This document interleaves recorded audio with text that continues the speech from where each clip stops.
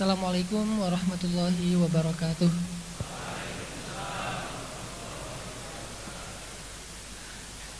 Teman-teman yang dirahmati Allah, pertama-tama puji syukur kepada Allah Subhanahu wa taala. Malam ini kita dikasih kesempatan buat nongkrong di sini sambil berthalabul ilmi, mentajdid iman kita, memperbaharui iman.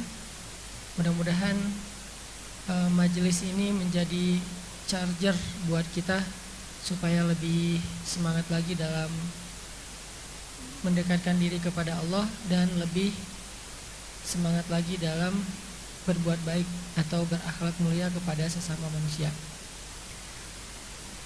Malam ini kita akan bahas tentang masalah nasihat.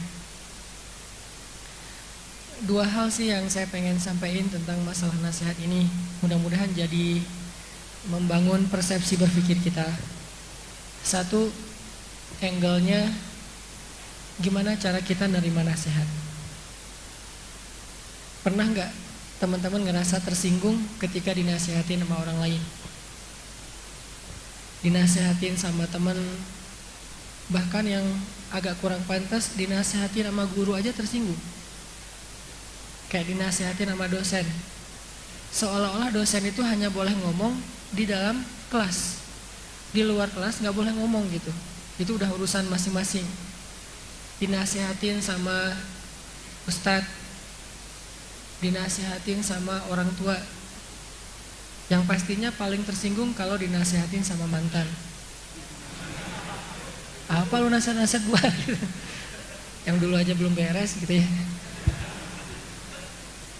Pernah nggak teman-teman ngerasa tersinggung kalau dinasihatin? Walaupun ekspresi tersinggung itu, jelas suaranya? Walaupun ekspresi tersinggung itu beda-beda. Ada yang tersinggung diem, ada yang tersinggung ngebales. Dinasehatin, bales nasihatin. Lo juga gitu, lo kemarin gini-gini ceritain. Itu namanya apa? Tajassus, mencari-cari kesalahan. Kan tadi ayatnya wala tajassasu, janganlah kalian mencari-cari kesalahan. Karena nggak usah dicari juga udah nemu. Manusia itu nggak usah dicari kesalahannya pasti nemu, apalagi dicari lebih nemu lagi tuh. Sampai ada kasus di zaman Umar bin Khattab. Saya pernah baca udah lama banget nih. Suatu saat Umar itu pernah jalan terus ngeliat ada orang yang ngelakuin kesalahan. Cuman dia ngelihatnya tuh kayak agak ragu-ragu, jelas nggak ya, jelas dari kejauhan. Dan waktu itu tidak ada orang lain yang menjadi saksi, cuma Umar sendiri. Akhirnya kasus itu didiamin sama Umar. Sampai ada orang-orang kemudian mengeluh, kejadian ini berulang. Baru Umar mengatakan, oh coba kalian datangkan saksi. Ada saksi-saksi ternyata udah kuat, baru Umar mengatakan, saya juga pernah lihat dulu. Orang-orang tanya, kenapa gak ngomong dari awal? Karena saya tidak mau menyebutkan kesalahan yang belum pasti. Gak mau menyebutkan kesalahan yang gak ada saksinya selain saya sendiri. Saking hati-hatinya. Jadi ekspresi orang tersinggung ketika dinasihatin itu macam-macam. Ada yang diem, ada yang ngebales, ada yang ngebantah, ada yang defense. Enggak kok, enggak kayak gitu. Ada yang langsung misalnya kayak di dalam sosial media dinasihatin, padahal nasihatnya nasihat umum nih, broadcast. Tiba-tiba ada yang live group. Itu ekspresi tersinggungnya, live group. Ekspresi lain itu di blok nomornya. Ekspresi yang lain itu unfollow. Ini semuanya adalah ekspresi tersinggung ketika dinasihati. Nah, kayaknya nih masalah banyak orang, termasuk saya. Mungkin kita juga ngerasain mudah baper ketika dapat nasihat. Nah ini kita akan bahas malam ini. Seperti apa caranya kita nerima nasihat biar nggak terlalu baper. Satu. Angle yang kedua, gimana cara kita menasihati? Karena bisa jadi orang yang nerima nasihat itu baper bukan karena nasihatnya, tapi karena caranya. Nasihatnya benar, tapi caranya kurang bijak. Nasihatnya, hadisnya sahih, tapi menyampaikannya dengan cara yang kurang santun. Bukan hadisnya dhaif, bukan ayatnya nggak ada di Al-Quran, ayatnya jelas, bahkan bukan mutasyabihat, ayat yang muhkamat. Arti muhkamat ayatnya udah jelas banget, nggak perlu interpretasi, nggak perlu tafsir juga udah ngerti. Ayatnya jelas, hadisnya sahih, mutawatir pula tuh. Artinya mutawatir, sahihnya tuh dari beberapa jalur, artinya sahih banget lah. Karena sahih juga ada sahih banget. Kalau sahih dia satu jalur. Kalau sahih banget banyak yang bilang itu sahih, berbagai macam jalur riwayat emang sahih gitu. Terus kenapa masih baper? Bisa jadi bukan terhadap isi konten nasihatnya seseorang baper, tapi cara menyampaikannya.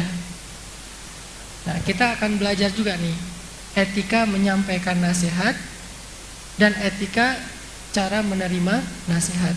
Sehingga ada kalimat watawasau, saling menasihati. Kadang kita menasihati orang lain, kadang kita dinasihati oleh orang lain. Makanya ada istilah watawasau. Berarti dua-duanya harus kita pelajari nih. Gimana cara menasihati, gimana cara menerima nasihat. Yang paling sering curhat ke saya itu suami susah nerima nasihat dari istri. Pernah kayak gitu? Pasti belum.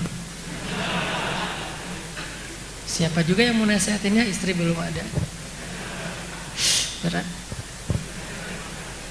Suami nggak mau nerima nasihat dari istri. Terus istrinya kecewa. Suami saya tuh keras kepala Ustadz, nggak mau dinasihatin sama saya.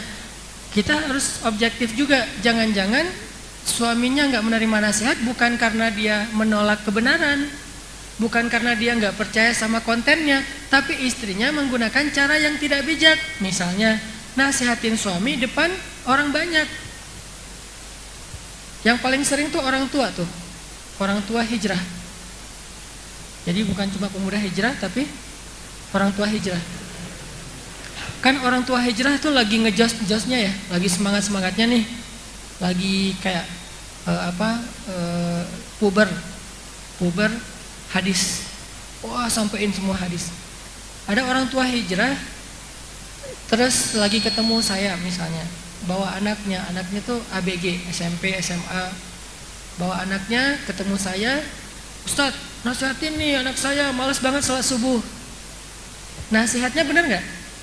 Benar, tapi caranya tidak menjaga perasaan si anak, dia jadi malu, sehingga akhirnya dia malas, ilfil, mental, bukan gara-gara nasihatnya salah, tapi cara ibunya terlalu vulgar. Dia menyampaikan kepada orang lain tentang kekurangan anaknya di tempat umum, sehingga ibu-ibu yang lain ikut dengar. Itu sering banget yang kayak gitu. Atau kita ngomongin nasihatin teman kita di tempat umum juga, tapi jelas gitu maksudnya dia. Nah ini juga, apalagi curhat di tempat umum kan, kayak di sosmed curhat, lo bukan segalanya buat gua sekarang misalnya, itu kan kayak pergi saja kau gitu. Apalah bahasa-bahasa kecewa berat. Kan kalau udah kecewa berat udah nggak pakai tata bahasa yang benar lagi tuh, apa aja diomongin. Paling ringan bahasanya di status misalnya hasbi Allah. Cukup buat saya Allah. Oh ini ada sesuatu nih.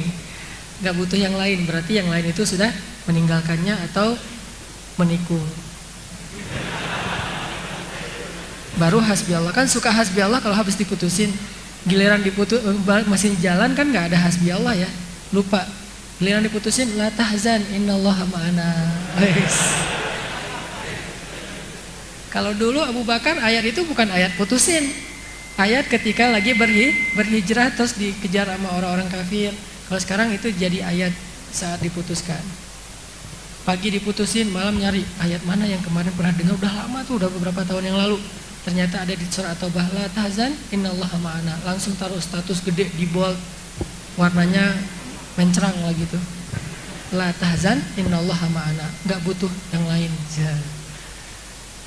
Ini teman-teman, kita akan coba belajar nerima nasihat itu gimana, memberi nasihat itu kayak gimana. Nah, sebelum itu coba kita awali dulu dengan merenungkan ayat surat Al-Asr. Kayaknya ini nggak perlu buka Quran ya, Al-Asr doang ya. Buka deh. Surat Al-Asr. Ini surat bisa dibilang kalau kata ulama, seandainya di dalam Al-Quran tidak turun surat lain atau ayat lain kecuali Al-Asr, itu udah cukup. Jadi kalau kita misalnya bisa ngamalin surat Al-Asr doang, kayaknya itu udah cukup buat hidup kita dari Al-Quran. Ada juga yang bilang seandainya di Al-Quran tidak turun surat lain selain Al-Fatihah, itu udah cukup. Makanya Al-Fatihah itu disebut juga, jadi Al-Fatihah itu punya banyak nama panggilan. Al-Fatihah, Aka, Al-Fatihah, Aka, Al-Kafi, Aka, Asy-Syafi, Akanya tuh banyak, S non S lah. Nah, salah satu nama Al-Fatihah itu Al-Kafi, cukup. Begitu juga Al-Asr. Seandainya di Al-Quran gak turun ayat atau gak turun surat kecuali Al-Asr, itu udah cukup. Saking Al-Asr ini mencakup semua kebutuhan manusia untuk sukses, untuk bahagia. Jadi bisa dibilang surat Al-Asr itu surat pamungkas juga. Surat 1001 curhat Al-Asr jawabannya. Ustaz, saya kalau kayak gini bacain Al-Asr. Punya masalah ini bacain Al-Asr. Punya masalah itu bacain Al-Asr. Karena emang itu jalur kalau kita pengen cara cepat untuk sukses dan bahagia. Coba kita baca sambil merenungkan surat Al-Asr. A'udzu billahi minasy syaithanir rajim. Silakan.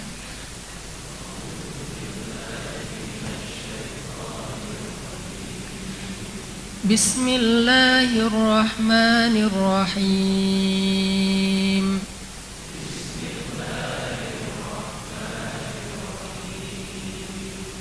Wal 'ashr. Innal insana lafi khusr.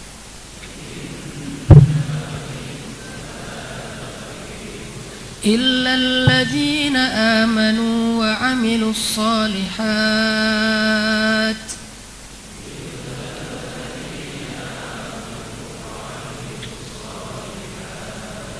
وتواصوا بالحق وتواصوا بالصبر.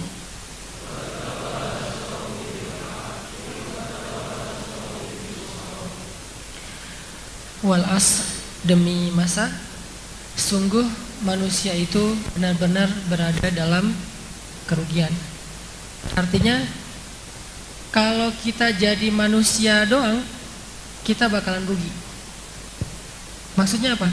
Kan banyak orang yang bilang manusiawi kan, gitu kan? Ketika misalnya dia tersinggung, manusiawi kan baper, manusiawi kan susah memaafkan, manusiawi kan ngedendam, manusiawi kan misalnya sakit hati, manusiawi kan kalau saya marah.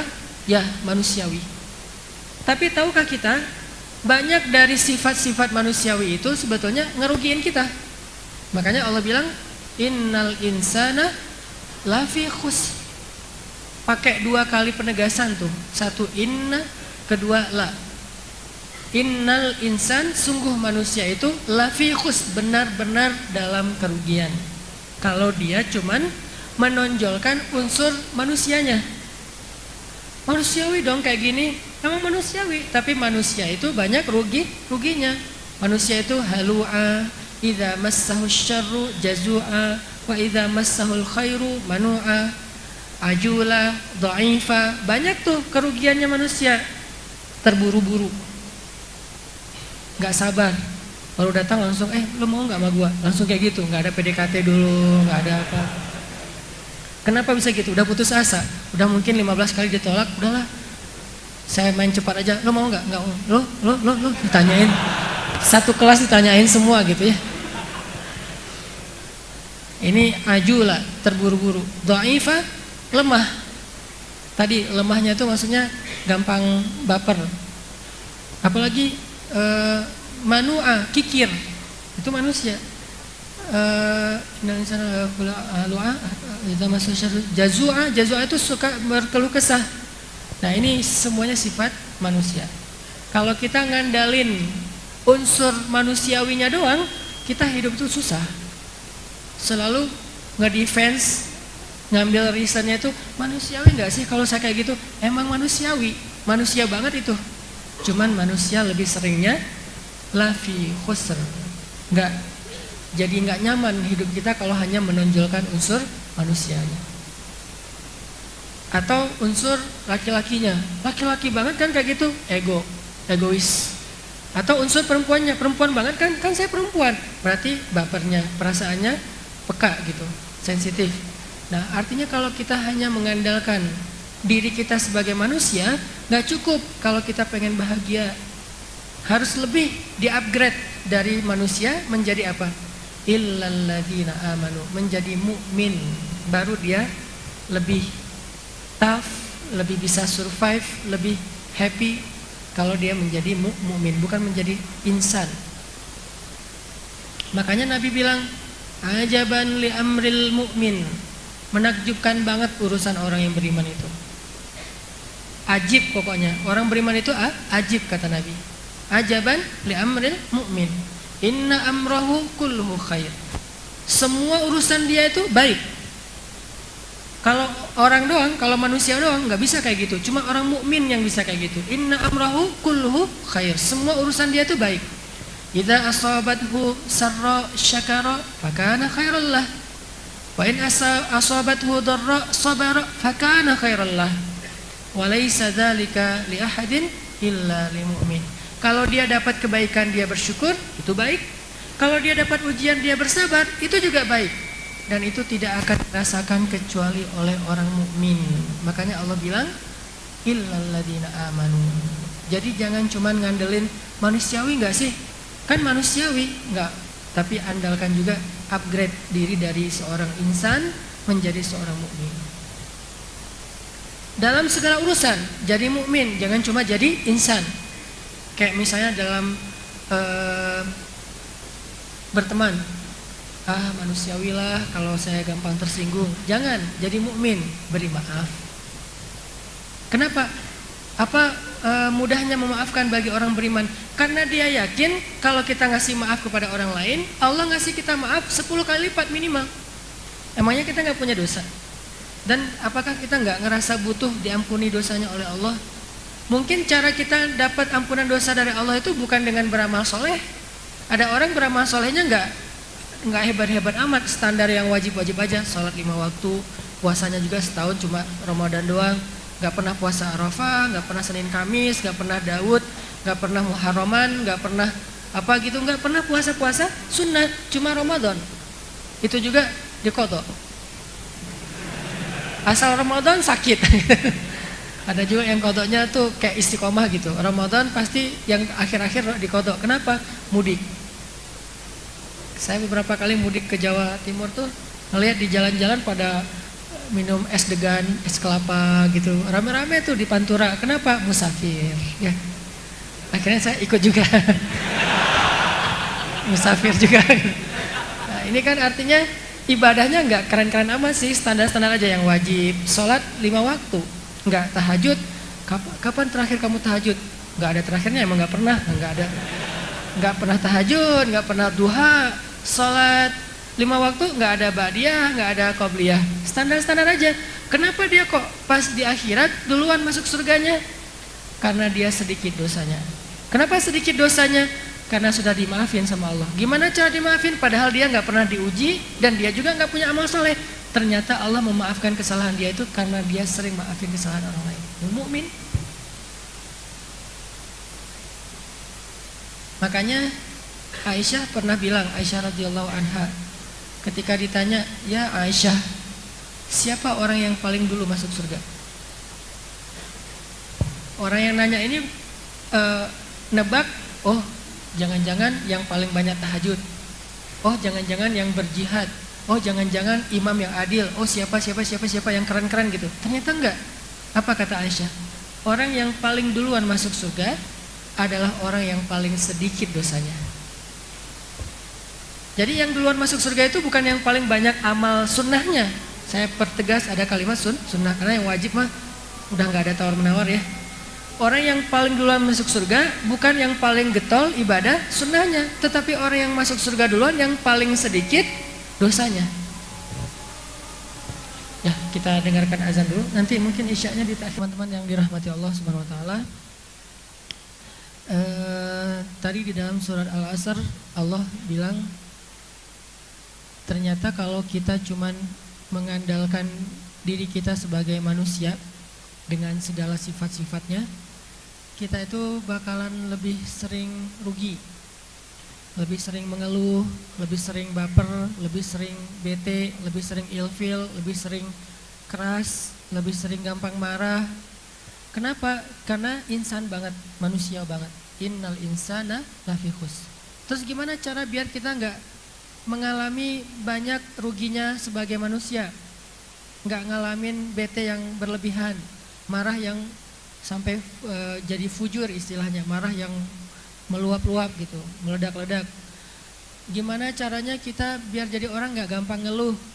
Berarti nggak cukup menjadi insan, harus di-upgrade mental kita dari mental manusia menjadi mental seorang mukmin. Illalladzina amanu, kecuali orang beriman. Allah tegaskan lagi di surat Al-Mu'minun, qad aflahal mu'minun. Beruntunglah orang yang beriman.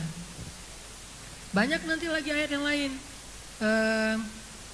Alladzina yu'minuna bil ghaib, ujung-ujungnya ulaika humul muflihun. Mereka lah orang-orang yang beruntung. Jadi kalau pengen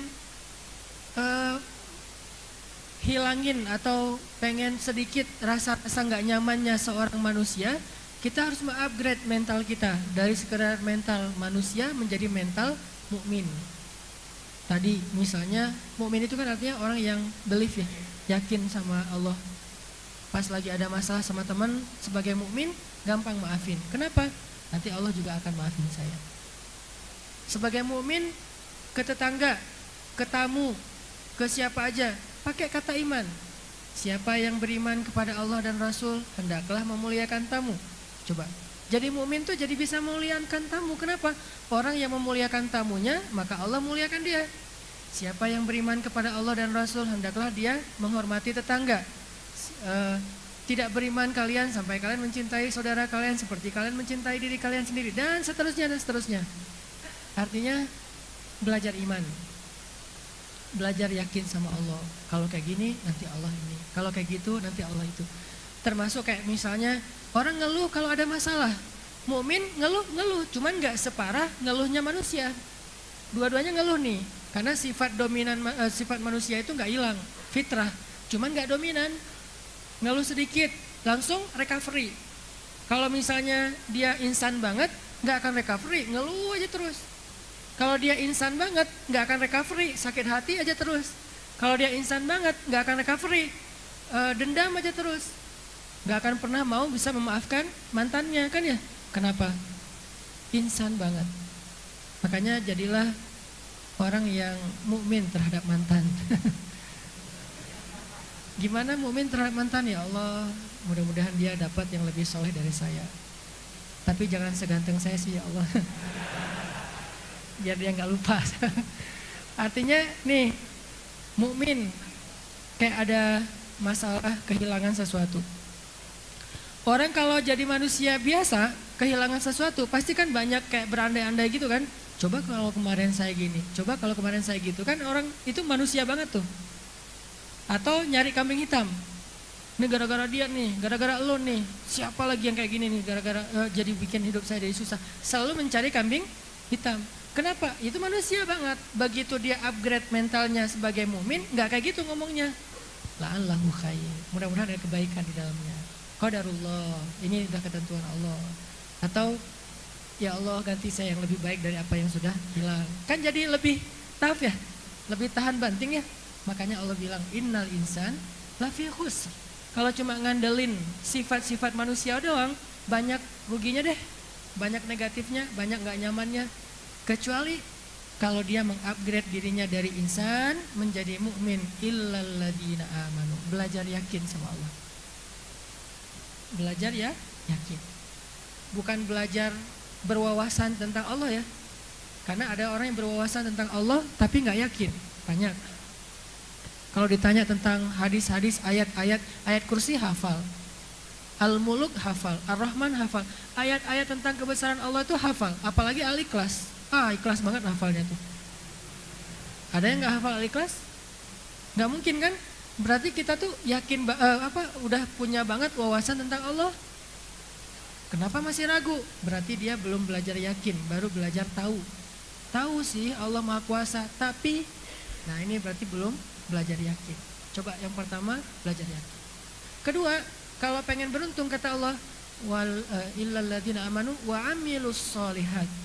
Apa konklusi dari amilus solihat? Menjalankan perintah Allah, meninggalkan larangan Allah. Bahasa pesantrennya menjalankan syariat lah. Kalau bahasa pesantrennya. Kalau bahasa santainya, udah jangan macam-macam deh, gitu aja. Nah, ini wa amilus, yang penting jangan macam-macam lah. Sedikit dosa kalau bisa, nggak apa-apa banyak main, tapi sedikit dosa. Maksudnya main jangan melanggar syariat, nggak apa-apa.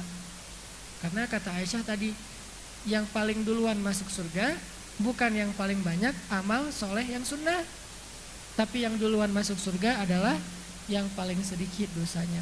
Jadi nanti nomor antrian surga itu atau gelombang orang masuk surga itu dilihat dari paling sedikit dosanya. Dan salah satu orang yang paling sedikit dosanya siapa? Orang yang hatinya bersih tadi, mukmin, yang maafin orang lain. Udah maafin aja. Makin susah kita maafin kesalahan orang, berarti makin besar dosa yang Allah maafin dari kita. Kalau teman-teman atau kalau kita semuanya ngerasa punya dosa besar dulu, baik itu dosa kita ke Allah langsung atau dosa itu ke manusia, yang kayaknya kalau kita pikir-pikir susah nebus dosa itu, maka sekarang tebuslah dengan cara maafin kesalahan orang kepada kita. Saya udah maafkan, semua mantan udah saya maafin. Itu yang paling berat kan? Teman juga udah saya maafin, yang nikung saya maafin. Mudah nggak memaafkan yang nikung kita? Kita capek-capek curhat ke dia yang jadian. Mudah nggak tuh maafin? Saya juga masih belum. Itu paling susah kan? Nah, makin susah berarti makin besar dosa kita yang dimaafin Allah. Contoh nih, teman kita janjian sama kita mau jalan atau mau belajar bareng, mau main misalnya. Ternyata nggak jadi datang. Maafin aja. Kenapa? Niatin. Kita juga dulu sering janjian sama Allah nggak jadi datang. Kita juga sering di miss call sama Allah tapi nggak diangkat. Jadi maafin aja, kita telepon teman kita di reject. Toh kita juga lebih sering lagi nge-reject Allah. Lebih besar mana dosa nge-reject teman sama nge-reject Allah? Lebih besar dosa nge-reject Allah kan? Nah, tapi cara menghapus dosa itu gampang. Maafinlah teman kita yang nge-reject kita. Loh, telepon saya di-reject sekali, telepon lagi sampai 10 kali. Kita tuh dulu nge-reject Allah tuh enggak 10 kali, mungkin ribuan kali. Hayya 'alas shalah, azan aja baru juga selesai tadi azan lagi. Karena emang masjidnya banyak, jadi yang azannya bersaut-sautan. Nge-reject.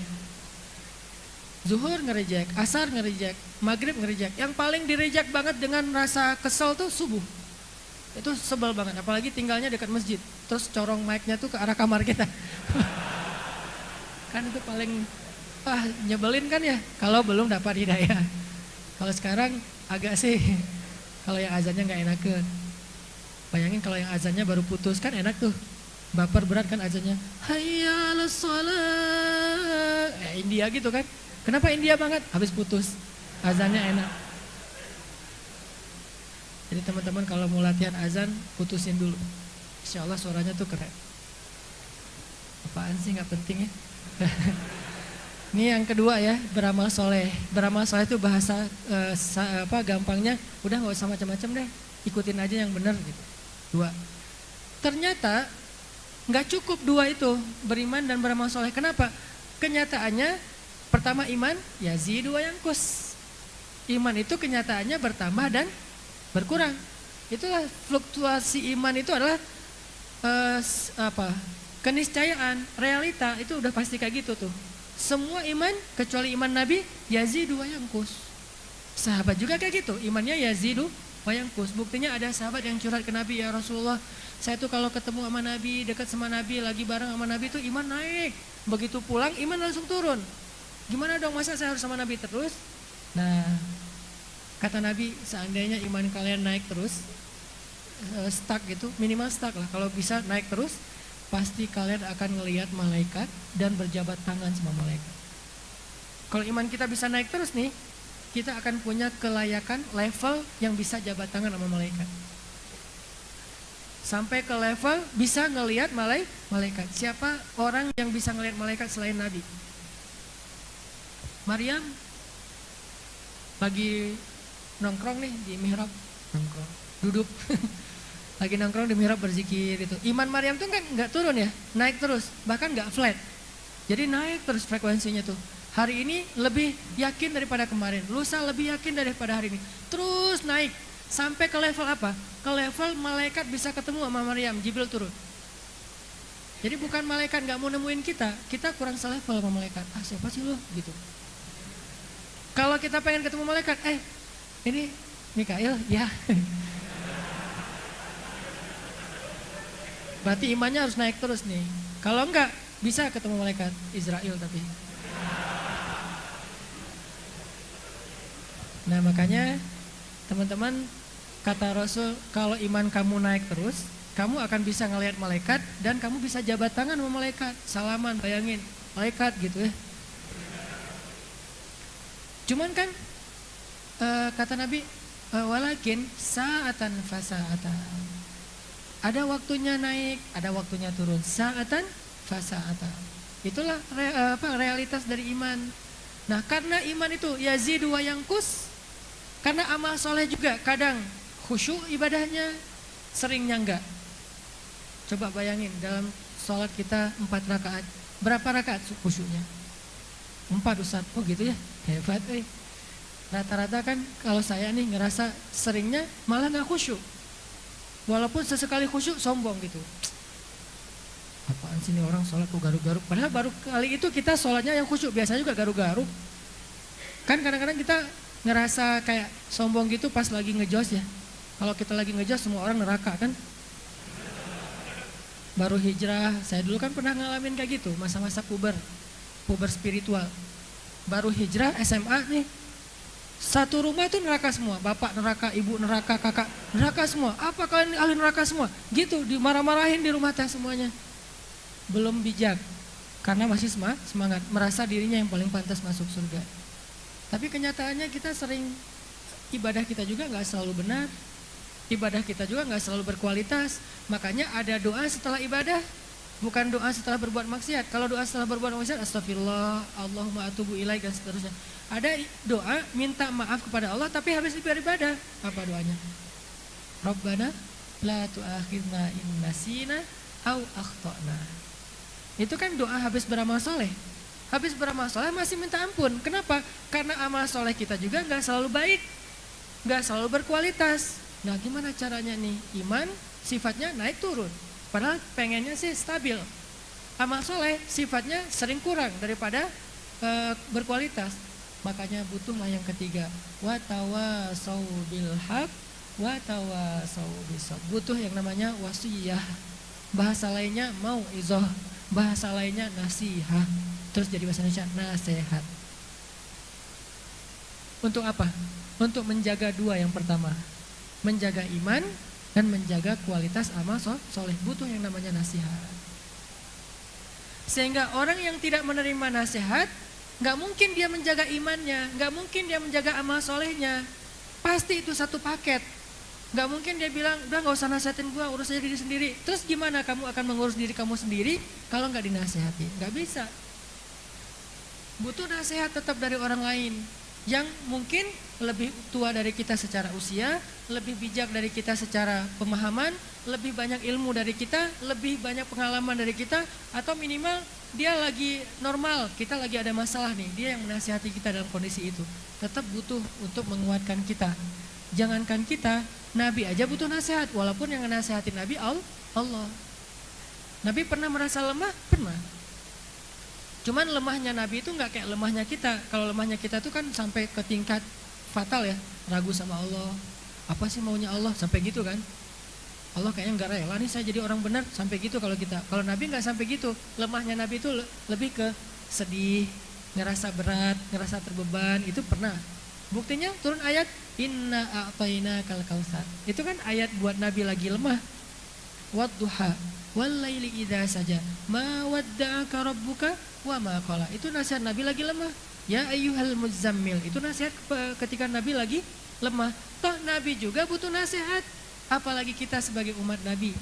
Kalau Nabi dinasihati oleh Allah dan Jibril, kalau kita dinasihati oleh Nabi dan ulama atau orang tua atau teman kita. Jadi yang perlu kita sadari teman-teman tentang nasihat. Nasihat itu kebutuhan kita. Sehingga kalau kita dapat nasihat, kita untung. Kenapa orang baper ketika nerima nasihat? Karena dia ngerasa nasihat itu bukan kebutuhan. Ngapain sih nasihatin gua? Kayak seolah-olah nasihat itu kayak ngasih ke orang lain, padahal orang lain yang ngasih ke kita. Nasihat itu kayak ngasih barang berharga ke kita, gitu mindset yang kita coba bangun. Sehingga kalau orang nasihatin kita, dia kayak ngasih hadiah. Bisa nggak kita nerima nasihat? Alhamdulillah makasih ya, gitu. Kayak dikasih hadiah. Tapi kalau mindset kita nasihat itu kayak minta sesuatu dari kita, apa-apaan sih lo? Kan gitu ya? Atau ngasih masalah buat kita, seolah nasihat itu ngasih beban. Bukan, nasihat itu kebaikan. Sehingga kata Nabi, terimalah kebaikan itu walaupun dari lisan seorang budak Habasyah. Karena nasihat itu kebaikan. Jadi kalau kita dapat nasihat dari orang lain, kita anggap kita dapat kebaikan dari orang itu. Terserah urusan dia ikhlas nggak ikhlas, dia punya niat baik atau sebetulnya ada udang di balik batu, itu mah urusan dia.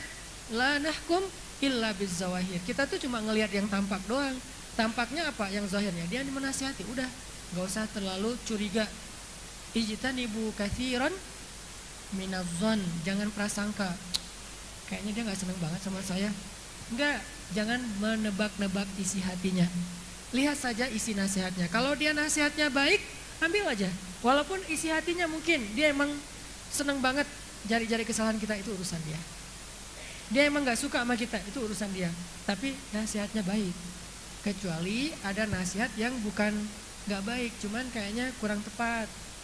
Kayak nasihat dalam urusan yang masih berbeda pendapat di antara ulama. Nyalah-nyalahin orang lain, padahal orang itu juga punya dalil. Nah ini kalau dalam bab ini nanti ada etika nasihatnya, nanti masuk ke angle yang kedua tadi.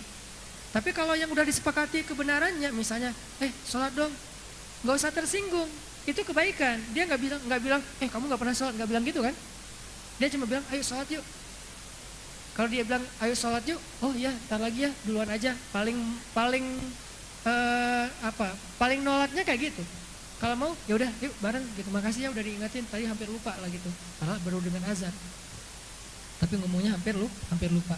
Artinya minimal kita jangan tersinggung ketika dinasihati karena nganggap nasihat itu suatu kebaikan yang diberikan untuk kita. Itu yang coba kita bangun dulu, awareness bahwa nasihat adalah kebaikan. Sehingga kalau kita dapat nasihat, berarti kita dapat sesuatu yang berharga. Sehingga ekspresi kita apa? Berterima kasih kalau perlu. Kalau nggak mau berterima kasih pun minimal nggak baper, nggak ilfil sama orang itu. Minimal. Kalau bisa lebih dari itu, ya berterima kasih. Makasih ya udah dinasihatin, makasih ya udah diingetin. Karena dengan itulah kita jadi dapat kebaikan. Illal ladzina amanu wa amilus sholihat wa tawasau bil haq. Itu penting teman-teman. Saking pentingnya nasihat sampai masuk dalam satu paket. Menjadi orang beruntung itu iman, amal soleh, nasihat. Iman ke Allah, amal soleh itu wujud fisiknya, nasihat itu yang menjaga iman dan amal soleh kita. Tanpa nasihat iman kita gak akan terjaga. Gimana cara kita mencas iman kita biar naik? Nasihat, dengerin. Booster, lewat sosial media, hadir dalam majelis ilmu, minta nasihat dari orang soleh, minta nasihat dari orang tua, minta nasihat dari teman. Itu yang ngecas iman kita. Amal soleh juga gitu. Kadang-kadang amal soleh kita ada yang nggak benar nih, dikasih tahu, itu wudunya belum benar. Ada yang silap. Apa yang silapnya? Tadi ngebasuh tangan nggak sampai ke siku misalnya. Oh ya makasih ya udah diingetin, jangan baper. Masalah budaya di masyarakat kita kan kalau dinasihatin kayak dimarahin ya. Kalau dinasihatin kayak disalah-salahin, kayak dikritik, padahal bukan, dinasihatin itu untuk kebaikan kita, sehingga orang jadi lama-lama sungkan mau menasihati. Hilanglah budaya watawasau bil haq watawasau bis sabr. Kalau budaya ini udah hilang, maka hilanglah dua yang pertama, hilang amal soleh, hilang iman. Itu yang terjadi di kita. Gara-gara budaya watawasau bil haq itu enggak lagi jadi sesuatu yang nyaman, sesuatu yang rame, sesuatu yang disukai, akhirnya amal soleh jadi berkurang, kualitasnya, kuantitasnya. Yang lebih parah lagi, iman juga berkurang. Kenapa? Udah kurang watawasau bil haq. Makanya dari itulah alhamdulillah di beberapa tahun terakhir ini dengan maraknya sosmed yang diisi dengan hal-hal yang sifatnya nasihat, mulai naik lagi nih semangat beriman, semangat beramal soleh kan. Lewat booster, banyak banget yang curhat ke saya. Tiba-tiba di rumahnya itu kan nggak pernah ada yang namanya mukena ya, istrinya nggak pernah sholat. Tapi tiba-tiba pas suaminya pulang ngelihat ada mukena di kamarnya, istrinya udah sholat. Pas dicari tahu, dikepoin, ternyata dia mulai niat untuk sholat dan jadi nyaman gara-gara dengar booster. Kan berarti amal solehnya jadi naik gara-gara watawasau bil haq. Iman juga gitu. Ada yang bertahan dalam ujian gara-gara apa? Sering dengar booster, sehingga dia bertahan, gak gampang patah semangat, gak gampang putus asa. Bahkan ada yang curhat, mereka tuh berdua hampir cerai, tapi gara-gara dengar booster, alhamdulillah dengan izin Allah gak jadi bercerai. Kan berarti nasihat menguatkan iman, nasihat meningkatkan kualitas amal soleh. Nasihat tetap penting, walaupun variannya macam-macam. Ada variannya lewat sosmed, ada variannya lewat broadcast, ada variannya lewat YouTube, ada variannya langsung ke orangnya, ada variannya dengerin taklim. Macam-macam lah variannya. Yang jelas intinya sama, watawasau bil haq. Jadi kita jangan baper. Memang agama itu nasihat. Ditambah lagi dengan hadis Nabi SAW tentang bab nasihat. Kalau teman-teman nanti baca di kitab Riyadhus Shalihin tuh terkenal banget hadisnya. Kata Nabi, ad-dinun nasihah, agama itu nasihat. Walaupun arti nasihat di dalam hadis ini macam-macam. Ada ulama bilang nasihat di sini artinya kemurnian. Tapi secara umum agak-agak mirip dengan makna nasihat dalam bahasa Indonesia. Ad-dinu an-nasihah, agama itu nasihat. Apa maksud agama itu nasihat? Enggak akan sempurna agama kita kalau kita nggak mau menerima nasihat itu. Ini mudah-mudahan kalau teman-teman di sini, saya yakin nih orang-orang yang udah rajin dengan nasihat. Tapi berhubung ini direkam, mudah-mudahan suatu saat didengar oleh orang-orang yang selama ini kalau dinasihatin baper. Misalnya, yuk sholat. Sholat itu kan urusan saya dengan Allah, nggak usah urus urusan saya dong. Udah jalannya sendiri-sendiri. Nah, ini kan sering kan? Jadi kayak template jawaban kita kalau dinasihatin. Ini mah urusan saya dengan Allah, nggak usah ikut campur. Itu jadi template tuh. Hampir semua orang yang mungkin baper menggunakan template ini kalau dinasihatin. Ini kan urusan saya dengan Allah. Nggak bisa. Kenapa? Karena Islam itu ad-din. Kenapa Allah nggak bilang al-Islam? Kenapa bilangnya ad-din? Bedanya Islam sama ad-din apa? Kalau Islam itu lebih kepada kepasrahan kita dan aturan. Kalau ad-din itu ketaatan kita menjalankan agama, beragama itu namanya ad-din. Beragama itu adalah ad-din. Agama itu Islam. Maaf ya, karena mahasiswa agak rumit dikit. Agama Islam, beragama ad-din. Makanya innad-dina indallahil Islam. Kalau beragama itu dengan Islam, maksudnya gitu. Apa agama? Islam. Gimana beragama? Ad-din namanya. Nah, Nabi mengatakan ad-din, kalau kita mau beragama, maksud beragama menjalankan agama dengan baik, nasihat. Harus dengan nasihat. Harus mau mendengar nasihat. Kalau kita nggak dengar nasihat, nggak akan bisa kita beragama dengan baik. Kalau ada yang mengklaim, udah ini urusan saya dengan Allah aja, nggak usah nasihatin, nggak usah ikut campur. Pasti dia nggak akan baik hubungannya dengan Allah, pasti itu. Emang kamu tahu saya kayak gimana? Nggak mungkin dia bisa menjalankan agama dengan baik kalau dia nggak mau dinasihati, nggak mungkin. Karena bukan kayak gitu konsep agamanya. Ini konsep nih, bukan persepsi ya, bukan katanya, bukan cenah. Tapi emang konsep agama Islam kita, ad-din an-nasihat. Agama itu ya nasihat. Berarti dia termasuk di antara hal yang prinsip dalam agama, nasihat itu teh. Kepada siapa? Kepada Allah, kepada Rasul, kepada pemimpin, kepada semua umat Islam. Kalau kepada Allah maksudnya taat, kalau kepada Rasul maksudnya ngikutin, kalau kepada pemimpin nasihat di sini artinya membantu atau memperbaiki.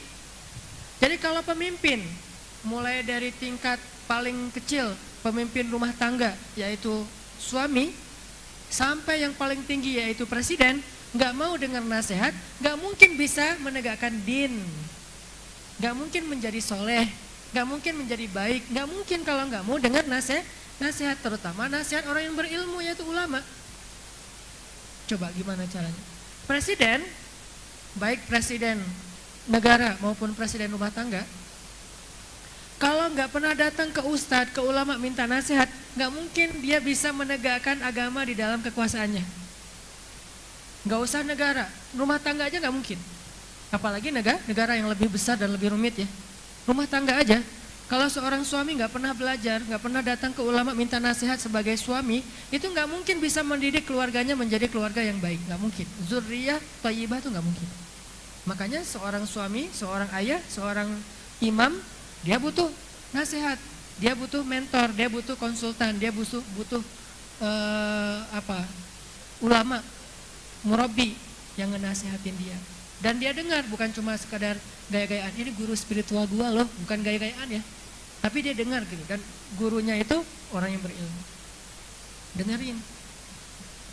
Tapi kalau ada pemimpin yang nggak mau dengar ulama, ulama hanya dijadikan sebagai kayak gimmick dalam kekuasaannya. Ulama itu cuma jadi kayak sekedar lukisan di galeri seninya yang menghiasi sebuah perjalanan kekuasaan selama 5 tahun misalnya, itu nggak bisa.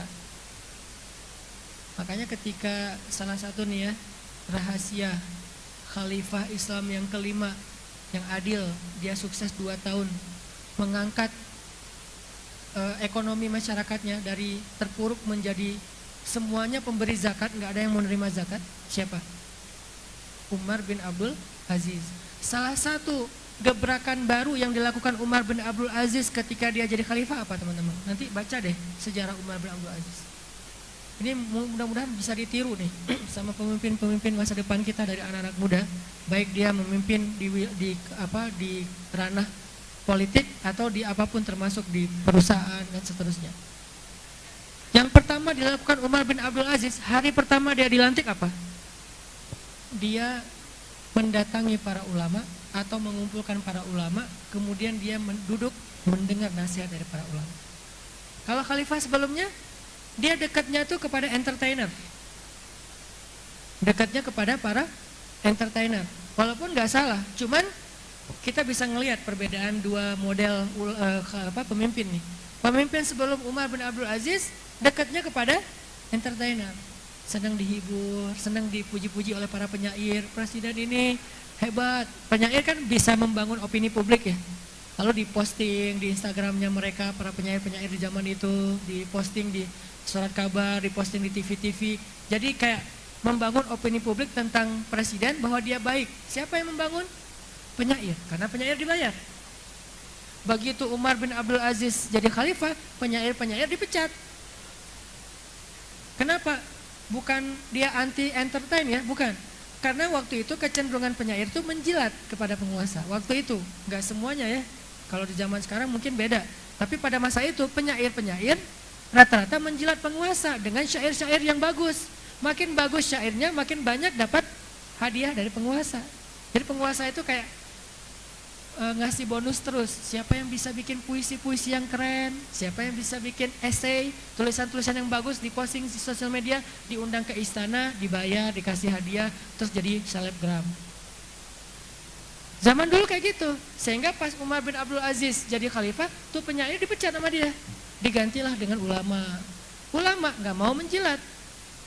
Karena ulama ketika dibayar oleh khalifah, mereka tersinggung. Jangan bayar kami gara-gara nasihat. Jangan bayar kami gara-gara menyampaikan kebenaran. Karena kalau kamu membayar kami gara-gara menyampaikan kebenaran, nanti kami tidak mampu lagi mengatakan yang benar kalau itu berseberangan dengan keinginan kamu. Ini ternyata nasihat yang membuat Umar bin Abdul Aziz bisa merubah masyarakatnya. Dan waktu itu kekuasaan Islam bukan bukan seukuran Indonesia, teman-teman. Indonesia itu kalau dibandingkan Umar bin Abdul Aziz masih kecil, walaupun negara kita udah gede. Umar bin Abdul Aziz berkuasa sekitar sepertiga dunia. Sepertiga bumi itu ada dalam kekuasaan Umar bin Abdul Aziz. Masa Bani Umayyah. Bani Umayyah kan luas ya. Dan berkuasa selama ratusan tahun kan. Bani Umayyah. Bayangin, sepertiga bumi itu nggak ada yang mau nerima zakat. Coba bayangin gimana tuh. Kalau sepertiga bumi nggak ada yang mau nerima zakat, berarti Indonesia lebih gampang kan harusnya ya. Dan itu bukan 5 tahun, bukan 10 tahun, 2 masa periode jabatan, enggak, 2 tahun setengah. Cuma 2 tahun setengah, nggak ada lagi yang mau menerima zakat. Zakat untuk kamu, apaan? Saya bukan orang miskin. Oh ya maaf, penampilannya doang sederhana, ternyata bukan orang miskin. Udah nggak mau menerima zakat. Sampai dibawa-bawa kemana-mana, ke Afrika, kemana-mana, nggak ada lagi kayak Somalia, kayak Rohingya itu nggak ada. Semuanya sejahtera, 2 tahun setengah. Apa rahasianya? Yang pertama, gebrakan yang dilakukan di hari pelantikannya, mendengar nasihat ulama. Syekh beri saya nasihat, Syekh beri saya nasihat, Ustadz beri saya nasihat, Pak Yai beri saya nasihat. Itu yang dilakukan pemimpin. Wa tawasau bil haq. Dan gak pernah Umar bin Abdul Aziz merasa dihina oleh ulama ketika dinasihati. Umar bin Khattab juga pernah kayak gitu, dinasihati sama ibu-ibu, nenek-nenek malah lebih tepatnya. Ada Umar lagi jalan nih, lagi jalan naik kuda, kayak lagi jarambah lah ya, belusukan gitu, lagi jalan-jalan. Nah lagi jarambahan ke gang-gang gitu di kota Madinah. Ada gang misalnya di kota Madinah, ini gang komunitas A, ini gang komunitas B. Di sini anak-anak teman-teman bobotoh banyak di gang ini, di situ Jakmania misalnya. Datang nih Umar, lagi jarambah, ketemu nenek-nenek. Nenek lagi berdiri gitu, ngejegat jalan Umar. Umar mau lewat, dicegat sama nenek-nenek, bayangin. Umar turun, kata nenek-nenek, ya Umar gitu. Coba, ibarat postingan @Umar bin Khattab. Di mention langsung ke Umar. Dan captionnya itu pedas. Bukan cari bahasa yang paling aman, yang gak mengkritisi, jangan sampai nanti misalnya dituduh penghinaan atau apalah ya. Ini terus terang aja di sini nenek nih. Ya Umar, berarti Umar bin Khattab. Kan gitu ya, terus terang kan. Kamu lagi ngomongnya, nenek-nenek ke Umar. Kalau anak gadis ngomong kayak gitu gak boleh. Nanti gak dinikahin, bahaya. Jomblo terus. Nenek-nenek mah jomblo gak masalah ya. Umar gitu, kamu itu dulu kami panggil Umair. Apa arti Umar? Umar kecil. Dalam bahasa Arab itu kalau yang kecil pakai Y. Sama kayak bahasa Inggris juga kali ya. Semi kan ya. Sam yang kecil namanya Semi. Kalau udah gede Sam. Kalau orang Arab yang udah besar namanya Umar. Kalau masih kecil Umair. Jadi Umar kecil. Kamu tuh dulu cuma Umair, anak kecil, anak ingusan kalau bahasa kita. Tiba-tiba Allah beri kamu fisik yang gagah sehingga kamu tumbuh jadi orang yang hebat, maka kami pun memanggilmu Umar. Lalu Allah memberikan kepada kamu hidayah sehingga kami memanggilmu Al-Faruq, yang membedakan hak dan batil. Lalu Allah memberi kamu lagi kekuasaan sehingga kami memberi kamu gelar Amirul Mukminin. Ya Umar, tahu dirilah kamu siapa kamu sebenarnya. Cuma Umair. Allah yang membuat kamu menjadi Umar, membuat kamu jadi Faruq, membuat kamu jadi Amirul Mukminin. Bukan kamu hebat, Allah yang hebat. Ya Nek, kata Umar. Pengawal-pengawalnya Umar, nih para pas pampresnya Umar nih, sama forridernya kan banyak depan tuh. Kan agak tersinggung nenek-nenek mencegat presiden ya, terus pas pampresnya langsung gini-gini, kata Umar, biarkan dia. Kalian tahu nggak dia siapa? Kata pas pampresnya, siapa Umar? Dia itu orang yang gara-gara dia turun ayat Al-Quran dari langit yang dibela oleh Allah Subhanahu Wa Taala. Siapa perempuan yang dibela oleh Allah itu? Ada di surat Curhat. Nanti teman-teman cari deh. Di Al-Quran itu ada namanya surat curhat. Surat apa? Al-Mujadalah. Artinya curhat kan? Jangan terlalu apa ya? Harus Al-Mujadalah kan terjemahin. Al-Mujadalah terjemahannya curhat. Al-Mujadilah terjemahannya cewek yang lagi curhat. Surat curhat. Ayat pertamanya aja apa?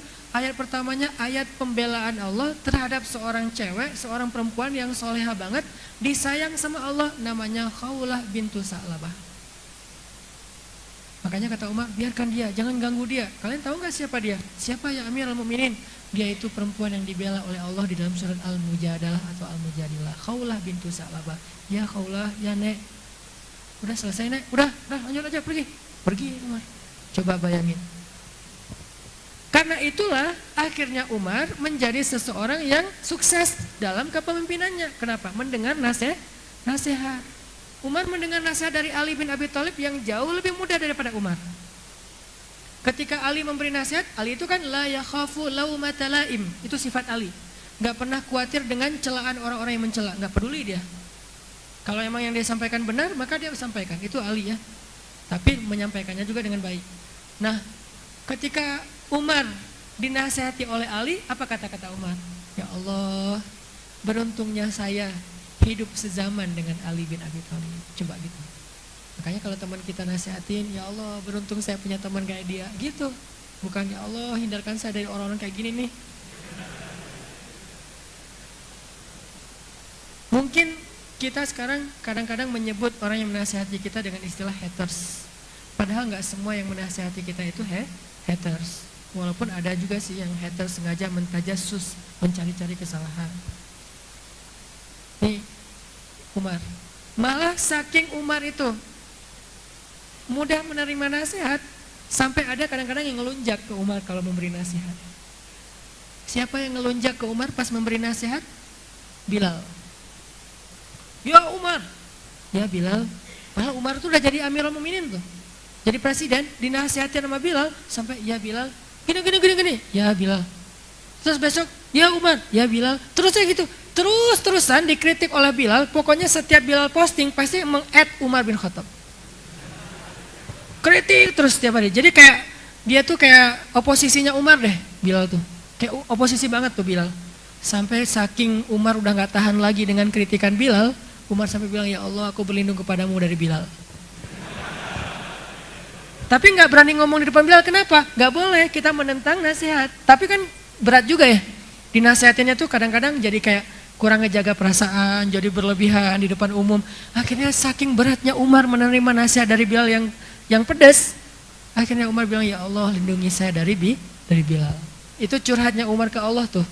Lihat, orang sekeras Umar. Jadi siapa yang mengatakan saya pengen ngikutin Umar, sehingga yang diambil kerasnya doang. Ambil juga lembutnya, kerasnya kepada orang-orang yang memang keras kepala. Maka Umar lebih keras. Tapi kepada orang-orang yang solih, walaupun kadang-kadang emang baper, ya Umar lembut. Ya Bilal. Kalau udah baper nggak kuat lagi, ya Allah lindungilah saya dari Bilal tuh, dia datang tuh ya Allah gitu. Ini curhatnya Umar nih. Berarti kalau kita pengen niru Umar dalam karakter, ikutilah yang utuh. Jangan cuma ngambil saya tuh Umar. Umar yang bagian mana nih? Bagian marah-marah. Justru Umar sendiri sangat sering minta ampun ke Allah justru karena sifat itu. Ya Allah, ampunkanlah sifat saya yang ghalidun syadid, yang keras dan kasar. Umar tuh minta ampun ke Allah gara-gara sifat ghalidun syadid loh. Lah kita mah mau meniru. Umar aja bilang, ya Allah, jangan jadikan ghalidun syadid, sifat saya itu fitnah, ujian, jadi musibah bagi umat Islam. Walaupun kadang atau seringnya memang sifat itu ditempatkan di tempat yang tepat oleh Umar. Kadang juga Umar pernah dinasihatin sama cewek, ibu-ibu, bukan nenek-nenek. Umar lagi jalan, terus pernah saya cerita tuh, ada demo jomblo. Jomblo-jomblo fisabilillah di Madinah pada ngumpul demo. Ya Amirul Mukminin, bawa spanduk gitu kalau bahasa kita. Turunkan harga mahar, isi spanduknya. Terus jadi hashtag turunkan harga mahar, viral di antara jomblo-jomblo. Kayaknya perlu juga kita jadikan hashtag. Hashtag para jomblo tuh mertua ngaji dong gitu. Biar syaratnya nggak susah gitu pas ngelamar ya. Biar nanti disebarkan ke para calon mertua, oh saya disuruh ngaji-ngaji lagi nih. Terutama mertua ngaji dong @hananataki, nanti saya akan mention nih bab-bab kayak gitu. Biar kalau nerima, kalau ada yang datang jangan ditolak. Jangan pernah nanya kamu kerja apa, tapi tanya kamu yakin gak sama Allah? Oh yakin, ya udah saya terima. Kan enak tuh. Kamu kerja apa? Kamu kasih makan apa buat anak saya? Allah yang ngasih makan. Oh bener banget nih, kalau udah ngelibatin Allah jangan main-main ya. Jadi gak enak nih, pakai Allah soalnya. Ini orang beriman, makanya pakai hashtag mertua ngaji dong gitu. Apa tadi teh? Demo jomblo. Ya Amirul Mukminin, kami jomblo-jomblo protes. Kata jomblo-jomblo cowoknya nih. Protes kenapa? Kami itu gak bisa nikah, bukan kami gak mau nikah, tapi maharnya mahal-mahal. Oh gitu, berapa emang mintanya? Sekian dinar. Oh mahal juga sih emang, kata Umar. Akhirnya tenang ya, nanti saya akan posting keputusan presiden. Kalau perlu nanti disahkan jadi undang-undang. Dan insya Allah banyak anggota dewan jomblo pasti didukung tuh ya. Kalau anggota dewannya jomblo, wah undang-undang tentang jomblo. Kita harus memilih anggota dewan yang jomblo. Biar ada undang-undang khusus bab jomblo. Gak penting lagi. Pas habis sholat asar, Umar berdiri.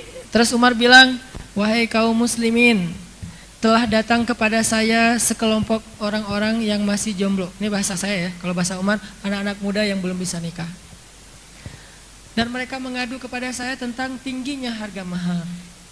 Untuk itu saya putuskan, mahar tidak boleh lebih dari, saya lupa nih, contohnya aja ya. Mahar tidak boleh lebih dari 10 dinar.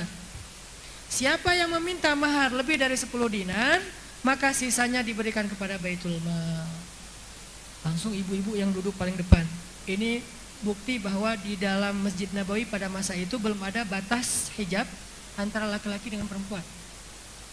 Kapan muncul hijab? Karena kebutuhan. Jadi itu bukan syariat dari awal ya, pembatas hijab antara laki-laki dan perempuan bukan syariat dari awal. Tapi karena kebutuhan, karena masjidnya udah semakin penuh, butuhlah sekat. Dibikinlah 2 ruangan, ruangan cewek, ruangan cowok. Tapi kalau misalnya masih memungkinkan, udah gak perlu hijab juga gak masalah. Syaratnya gak usah menghadap ke belakang ya, menghadapnya ke depan. Kalau gak ada hijab kan kita menghadap ke depan tapi ngelihatnya ke belakang.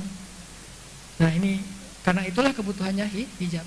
Nah ada ibu-ibu berdiri, bilang, ya Amirul Mukminin, ada apa bu?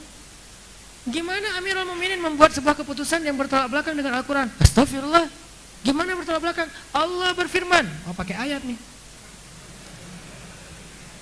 Kalau kalian sudah memberikan mahar, janganlah kalian mencari-cari cara, alasan untuk mengambilnya kembali, karena itu hak perempuan. Apakah kalian ingin mengambilnya dengan cara dusta? Sesungguhnya Allah benci kepada orang-orang yang demikian. Ya Amirul Mukminin, mahar yang sudah diberikan kepada perempuan ingin diambil lagi ke Baitul Mal, maka ini sebuah kedustaan. Itu aja yang saya sampaikan. Duduk tuh cewek. Umar dikritik depan umum, bayangin presiden lagi berdiri di atas mimbar presiden yang resmi gitu, depannya ada Pancasila, belakangnya apa ajudannya gitu kan, pakai baju lengkap gitu kan ya. Presiden ngumumin nih, wahai masyarakat Indonesia, wahai warga Jawa Barat, wahai warga Bandung, tergantung jabatannya nih. Saya umumkan, ada keputusan pemerintah gini, tiba-tiba langsung ada yang angkat tangan. Ibu-ibu lah gitu, bukan dosen mana, profesor mana, bukan. Ibu-ibu biasa, warga biasa, netizen biasa gitu. Bukan selebgram lah ya, netizen biasa. Mungkin juga dia nggak punya akun kecuali 1 doang, official. Udah gitu dia bilang, presiden, apa-apaan ini? Kan bertolak belakang dengan undang-undang, bertolak belakang dengan Al-Quran. Gimana maksudnya bu? Gitu tuh presiden yang soleh. Bukan, diam loh. Mau gue, gak usah dilanjut, bahaya. Udah gitu, Umar bilang apa? Perempuan itu benar, laki-laki ini salah. Coba, gak mau nyebut jabatan, langsung down to earth, langsung menyamakan dirinya dengan orang yang berbicara. Perempuan itu benar, laki-laki ini Salah. Banyak orang yang lebih mengerti agama daripada Umar bin Khattab. Allahumma gfirli, ya Allah maafkan saya. Wahai kaum muslimin, saya ralat. Coba, kan berbesar hati banget kan presidennya nih, Umar. Wahai kaum muslimin, saya ralat. Mulai sekarang saya hanya menganjurkan. Gitu doang bahasanya coba. Gak jadi peraturan lagi nih. Kalau tadi kan peraturan, sekarang himbauan. Saya cuma menghimbau, mahar jangan tinggi-tinggi amat atuh. Sekarang gitu. Silakan kalian menetapkan mahar, tapi jangan tinggi-tinggi amat. Kasihan mereka-mereka yang belum menikah tuh, banyak tuh wajah-wajah kayak gitu. Nah ini mah gimmick dari saya ya, gitu. Nggak gitu-gitu amat sih adegannya. Maksudnya saya ralat, sekarang saya cuma menghimbau mahar jangan tinggi-tinggi. Oke? Oke, udah selesai gitu aja. Turun Umar bin Khattab, cewek-cewek ibu-ibu di belakang pada senyum-senyum, saya senyum. Istrinya Umar, Atikah, apakah dia tandai ini ibu yang mana tadi yang kritik suami saya? Enggak. Ibu presiden nih, ibu negara nih. Enggak nandain si ibu-ibunya teh, jangan masukin ke PKK. Enggak, sama sekali. Pokoknya keluarin, oh ternyata pengurus PKK, ya, bidang apa? Bidang sosial. Oh, udah cabut aja ganti pengurus yang lain. Enggak. Nih istrinya presiden, Atikah justru duduk di sebelahnya ibu itu, ditepuk-tepuk pahanya. Maksudnya, makasih ya, gitu coba. Luar biasa kan? Presiden sama ibu negaranya, ini nasihat. Dan inilah rahasia suksesnya Umar bin Khattab sampai bisa membebaskan Al-Aqsa, Mesir, Suriah, Yaman, dan seterusnya. Kenapa? Mau mendengar nasihat dalam kasus-kasus yang besar. Banyak lagi nanti kasus-kasus kecil, gimana orang zaman dulu tuh menganggap nasihat itu memang barang yang paling berharga. Hasan al-Basri, Ibnu Mubarak. Tahu Ibnu Mubarak? Ibnu Mubarak itu julukannya Syekhul Islam. Ada dua ulama yang dijuluki Syekhul Islam. Satu Ibnu Mubarak, satu lagi Ibnu Taimiyah. Menurut kesepakatan ulama, Ibnu Mubarak ini lebih utama daripada Ibnu Taimiyah, ilmunya dan segala macamnya. Jadi dia dulu baru Ibnu Taimiyah. Ibnu Mubarak ini ulama yang saya kenal nih, ulama paling kaya sepanjang sejarah Islam. Paling kaya banget. Dan kerjaannya ngapain? Setahun berhaji, setahun berjihad. Selain ulama, pedagang sukses, kaya raya banget, dia juga seorang gladiator. Kalau dalam peperangan, berjihad melawan orang-orang yang menjajah negara Islam, kalau lagi ada peperangan itu kan suka ada duel dulu ya. Kalau di zaman Nabi yang selalu jadi tukang duel tuh siapa? Ali. Itu kan jagoannya Nabi banget tuh. Nah, di zaman itu, alinya zaman mereka adalah Ibnu Mubarak. Ketika orang lain gak berani menantang musuh yang terkenal paling jago berantem, gak ada yang bisa ngalahin, Ibnu Mubarak yang maju. Pernah dia ngelawan 10 musuh sendiri dalam duel. Ada 10 musuh, siapa yang berani ngelawan kami? Berharap 10 orang dari kaum muslimin yang duel, jadi 1 lawan 1. Enggak, ternyata 1 orang doang. Biar saya aja sendiri. Itu 10 orang musuh lawan 1 lawan 10, itu habis di tangan Ibnu Mubarak. Jadi jago tarung, pokoknya MMA banget lah ya. Segala macam mixed martial art lah. Dia, lo apa? Muay Thai? Ah tenang aja. Lo wushu misalnya. Lo apa misalnya? Ya, enggak, kalau silat mah keren. Nah gitu. Jadi artinya segala macam pertarungan Ibnu Mubarak tuh, pedang, tombak, segala macam. Ibnu Mubarak itu seorang ulama besar, pedagang sukses, petarung luar biasa, tapi orang yang sangat lembut. Dulu tuh bisa memadukan dua hal yang menurut kita sekarang nggak bisa dipaduin lagi. Kayak misalnya ulama, pedagang, prajurit, ulama, kayak nggak bisa dipaduin kan ya. Termasuk prajurit tangguh tapi lembut. Kayak hal-hal yang kayaknya zaman sekarang tuh jadi absurd gitu. Ternyata dulu bisa. Yang mau diceritain tuh bukan itu, banyak banget nih pendahuluannya. Ibnu Mubarak itu pernah jalan dari Irak ke Madinah. Irak Madinah itu kalau naik pesawat kurang lebih 2 jam. 2 jam berarti Jakarta Surabaya, Jakarta Medan. Kalau kita jalan naik onta Jakarta Medan kira-kira berapa hari? Seminggu ya. Naik mobil aja 2 hari 3 malam ya, atau 2 hari 1 malam. Pokoknya lama aja. Jakarta Medan itu jalan naik onta, hanya pengen ketemu gurunya Ibnu Mubarak. Siapa gurunya Ibnu Mubarak? Hasan al-Basri. Terkenal di Madinah ada ulama yang soleh, yang bijak. Akhirnya Ibnu Mubarak dari Irak, kalau nggak salah dari Basrah ke Madinah naik onta. Seminggu sampai di Madinah, ketemu Hasan al-Basri, di jalan. Mungkin Hasan al-Basri juga baru keluar dari majelisnya, ketemu, oh itu Hasan al-Basri, dikejar sama Ibnu Mubarak. Hasan al-Basri di atas onta juga, Ibnu Mubarak di atas onta. Ketemu, Syekh, tunggu saya, anzurni, tungguin. Ada apa? Siapa kamu? Saya Abdullah Ibnu Mubarak. Oh ya, waktu itu belum terkenal Ibnu Mubarak. Nanti setelah Hasan al-Basri wafat baru dia terkenal. Syekh, saya datang dari Basrah, dari Irak. Boleh saya minta nasihat dari Syekh? Coba bayangin, belum turun dari onta, belum istirahat, belum check in, belum traveloka segala macam, langsung nanya nasihat. Coba, boleh saya minta nasihat dari Syekh? Oh boleh, beri saya nasihat. Kata Hasan al-Basri, tinggalkan berbisnis dengan 9 orang jika itu merugikan 1 orang. Maksudnya apa? Kan kita kadang-kadang dalam berbisnis, dalam berdagang, dalam bekerja itu suka bilang, kan ada banyak manfaatnya, padahal ruginya juga ada kan ya. Jangan sampai kita gara-gara menguntungkan 9 orang, merugikan 1 orang. Tinggalkanlah dagang, transaksi, bisnis dengan 9 orang, kalau itu ngerugiin 1 orang aja.